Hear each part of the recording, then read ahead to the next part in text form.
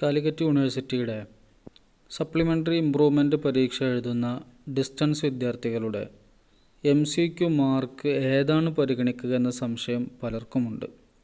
ഇന്നത്തെ വീഡിയോ നമ്മുടെ ആ സംശയവുമായി ബന്ധപ്പെട്ടുകൊണ്ടുള്ള വീഡിയോ ആണ്. റെഗുലർ വിദ്യാർത്ഥികൾക്ക് അനുവദിക്കുന്ന ഇൻറ്റേർണൽ മാർക്കുകൾക്ക് പകരം SDE വിദ്യാർത്ഥികളുടെ ഇൻറ്റേർണൽ മാർക്കാണ് MCQ. ഒരു പ്രൊജക്റ്റോ അസൈൻമെൻറ്റോ നമ്മൾ സബ്മിറ്റ് ചെയ്യുകയും അതിൽ മാർക്ക് ലഭിക്കുകയും ചെയ്തു. റിസൾട്ട് വന്നപ്പോൾ നമ്മൾ ഫെയിൽഡായി.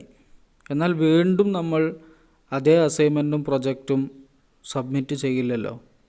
അതുപോലെ തന്നെയാണ് MCQവും.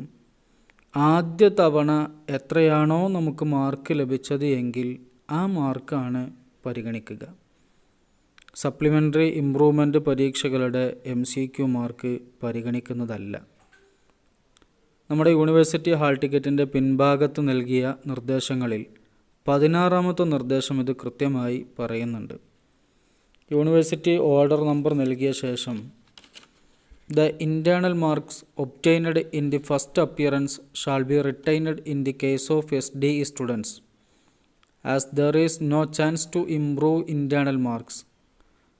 ആദ്യ തവണ നേടുന്ന മാർക്ക് മാത്രമാണ് പരിഗണിക്കുക എന്നും ഇൻറ്റേർണൽ മാർക്ക് വർദ്ധിപ്പിക്കാനുള്ള അവസരമില്ല എന്നും ഈ ഓർഡറിൽ കൃത്യമായി പറയുന്നുണ്ട്.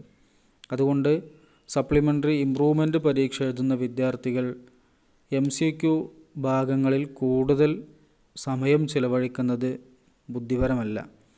അതേസമയം ആദ്യ തവണ പരീക്ഷ എഴുതാൻ തയ്യാറെടുക്കുന്ന വിദ്യാർത്ഥികൾ MCQ നന്നായി പരിഗണിക്കുകയും വേണം. 20 മാർക്കാണ് നമുക്ക് MCQവിന് മാത്രമായി യൂണിവേഴ്സിറ്റി അനുവദിച്ചു തരുന്നത്.